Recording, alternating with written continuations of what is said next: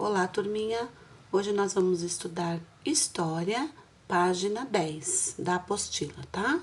Então, conhecimento e uso da terra. Então, vamos falar aí sobre os indígenas que ocupavam o litoral do Brasil. Eles viviam da caça, pesca e coleta de frutos. Esses indígenas, eles viviam em áreas distantes do litoral. Eles praticavam agricultura e cultivavam sementes e produtos agrícolas, originários de outros lugares e não eram naturais dessas terras. Apesar de serem muito comuns na atualidade, né? Como que é o caso do milho. Então, vamos conhecer um pouco aí, né? Uma curiosidade sobre o milho. Então, o milho, ele é originário da América Central. Ele na verdade, ele significa, né, sustento da vida. Então, aqui nós temos aí uma informação sobre o milho e aqui também sobre a mandioca, que também era cultivada, né, adaptada para o consumo nessa época, tá? Então, aqui vocês têm essa informação, né, sobre esses cultivos presentes aí na culinária brasileira de diversas formas. Agora, a página 11. Aqui nós temos, então, as atividades referentes a esse texto que nós acabamos de ler. Então, aqui vamos colocar verdadeiro ou falso para as frases e vamos justificar as frases falsas. Então, a primeira frase. Os povos indígenas conheciam o território que habitavam, navegavam pelos rios com canoas e abriam estradas por terra. Sim, é verdadeira, né? Próxima frase. Os povos indígenas viviam apenas da caça e da pesca. Ela é falsa. Então, aqui vocês têm que justificar, tá bom? Muitos povos conheciam a agricultura, plantavam árvores frutíferas próximos a aldeias e também trocavam produtos. Então, vocês justificam aí. Próxima frase também é falsa, vamos ter que justificar. Então, a justificativa: os povos indígenas tinham diferentes culturas e falavam diversas línguas de acordo com o tronco linguístico. Bom, turma, para essa próxima questão, vocês vão retomar o mapa da página 4 e responder aí, né? O mapa produzido em 1519, ele representa todos os povos indígenas que existiam no território naquela época. Então, aí a resposta, né? E vai justificar o que você escreveu. Então, é não, pois parece representar poucos indígenas. E naquela época existiam muitos indígenas, né, no atual território brasileiro. Tá dando para ver aí, né? Então, aqui a justificativa da sua resposta da questão 2. A questão 3, turminha, é uma pesquisa que vocês vão realizar em casa, tá bom? Sobre as características dos chefes indígenas no passado e nos dias atuais, ok?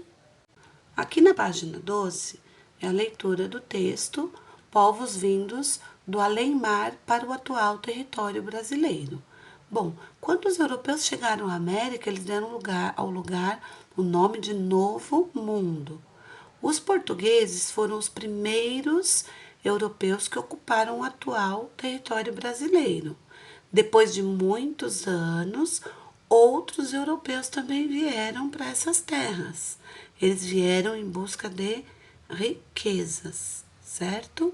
Bom, antes de atracarem os navios no litoral, os portugueses chamavam essas terras de Ilha de Vera Cruz.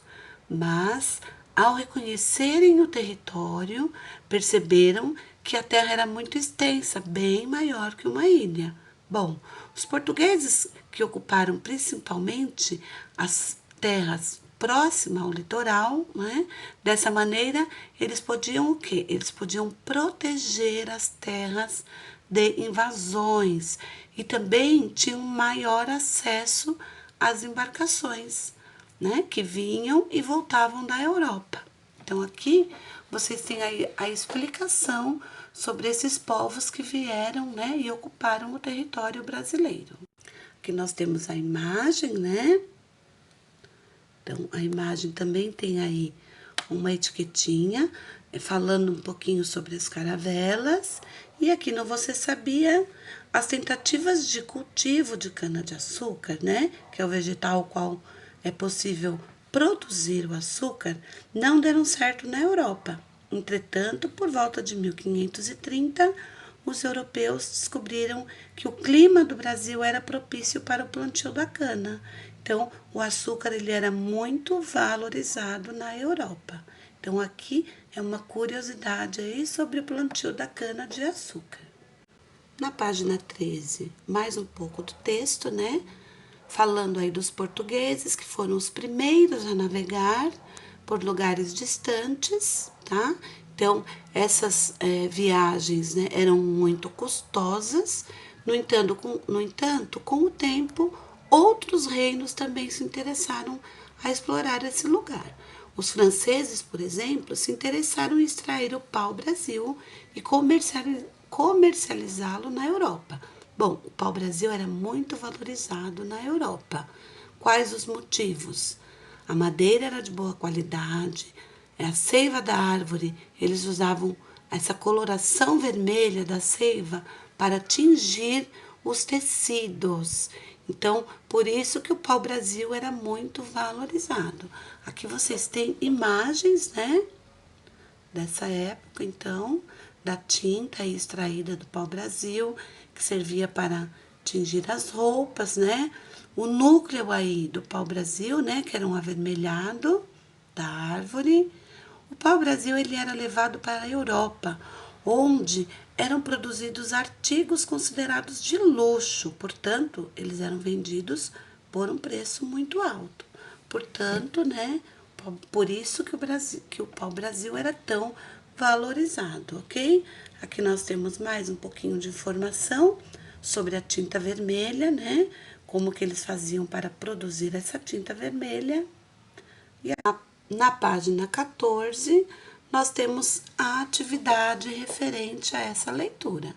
Então, aqui pedindo para ler um trecho da carta de Pero Vaz de Caminha.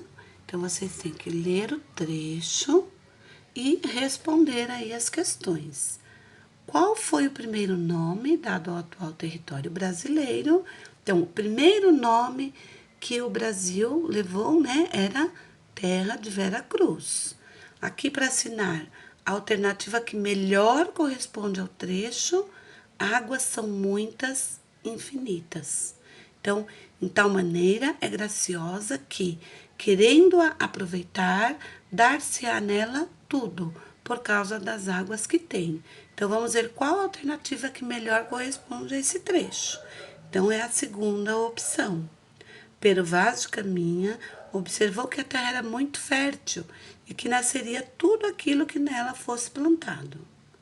E a questão C, a última da página 14, no mapa, pesquise o estado onde está localizado o Monte Pascoal. Então, no mapa, né, vocês têm que procurar em um mapa e vocês vão descobrir que ele está localizado na Bahia. Bom, para finalizarmos, página 15, as duas últimas questões. Por que os portugueses procuravam dominar outros territórios? Tá meio desfocado aqui. Estava meio desfocado, né? Então, vamos lá.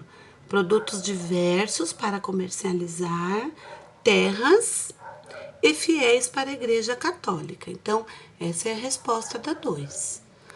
A 3, cite 2 motivos para a valorização do pau-brasil na Europa.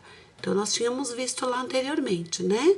A madeira de boa qualidade, dela se extraía um corante natural vermelho, que era usado para tingir as roupas. A cor vermelha era um símbolo de poder naquela época. Então, aqui nós terminamos a nossa apostila, né? Que nós tínhamos que fazer por hoje até a página 15, ok, turminha?